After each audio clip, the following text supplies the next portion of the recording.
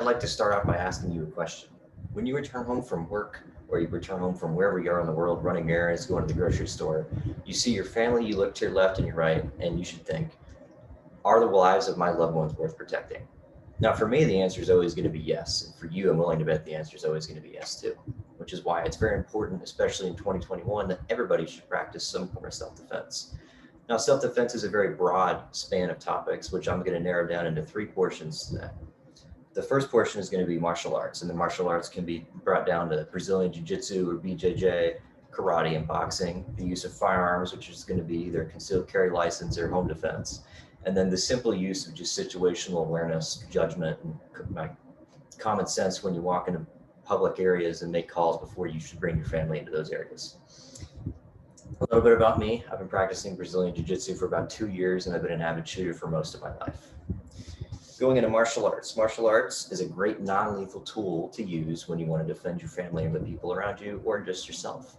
Martial arts allows you to take the fighter to the ground or keep it standing and either keep it physical or bring it to the ground where it gets a little bit more technical.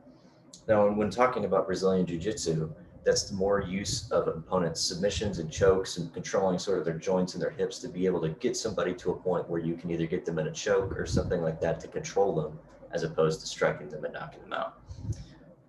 Boxing is more mainstream and is what most people think of when they think of physical self-defense. No, boxing is striking and way different than what it is on the street than as opposed to be what you see on TV, such as people boxing in a ring. Street fighting is way less technical. People are going to be coming at you as opposed to somebody who referees the fight. Now, when talking about boxing, you have to understand that if you have some sort of idea of what you're doing and how to block and how to strike effectively, you'll most likely be able to protect yourself and your family. Now, the third thing about martial arts is that it allows you to stay fit.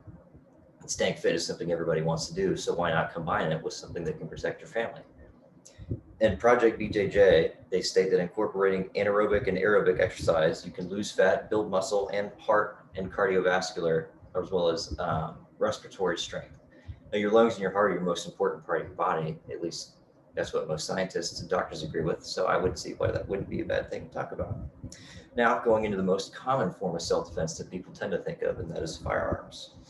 Firearms are the most common and arguably the most useful form of self-defense. They're readily available, and after background checks and vetting, anybody can get a gun. Well, as long as you're not mentally ill or have bad intentions with using one. Firearms act as a deterrent. So if you pull a firearm on somebody, most of the time you're not going to have to use it because they're going to be scared because you have the ability to take away their life in the palm of your hand. The force is not always necessary, which is why training is very important if you do have a firearm, which is why it allows you to control the situation and make sure it does not get to lethal. And when combined with martial arts, it's a very powerful tool. Most crimes are also violent. So in that case, when lethal force is projected and somebody pulls a firearm on you and again begins to engage you and your family, or you see that the situation pertains that you need to use lethal force, firearms are the most effective tool to do so. Which, when talking about your family, the lives of them, your life, and talking about the life of somebody who wants to take that away for whatever reason, that's a judgment call that comes up to you, whether you want to have the mental capacity to be able to take that life or strike that force down. And since over 1,780 self-defensive situations have been used with firearms since 2019, it's a very popular topic, and the numbers are always rising. Now, transitioning into the third and most simple form of self-defense is situational awareness. Situational awareness can be broken down into, before you walk into a building, you surveil the area. Are there people hanging around there? Does it look like there's an argument going on inside? You walk into a bar, are people fighting? Is something like that happening? It could also be home security. So home security is pretty much what everybody should be doing already, is locking your doors, having an alarm system, having a dog, sort of just a first line of defense before, if you're sleeping or something, you have some sort of ability to be able to be alert. The second is going to be surveillance, which is what I touched on in the introduction.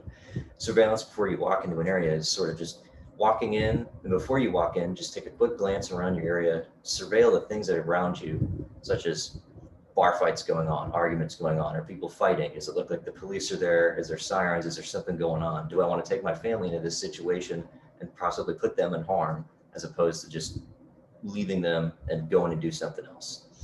Now, family is pretty much what this entire self-defense topic is all about. And your family is the most important part of your life. So I would think that you would want to defend them. which is why you should also teach them about self-defense, which goes back into common sense, situational awareness, judgment calls. You should teach your family some of these things that you've learned, whether it's a little bit of martial arts, a little bit of, we have a plan for things that happen, and we have a defensive tactic as a family that we can pertain to, and make sure they're educated on what the reality of the situation is that the world is pretty violent, so they should be prepared. Self-defense is a vital and multifaceted practice, and most importantly, defends the most things that you love in your life, which is your family. Now, whether that be through martial arts such as Brazilian Jiu-Jitsu, firearms as a deterrent or as a tool to protect your life, take somebody else's life, or whether it be simple awareness and judgment calls before you walk into open spaces and areas, your family and loved ones are probably going to be the most important part of your life. So self-defense should be the second most important part of your life, because that allows you to defend what you love the most. Therefore, your actions impact your family, and self-defense should be taken to protect your family at all times.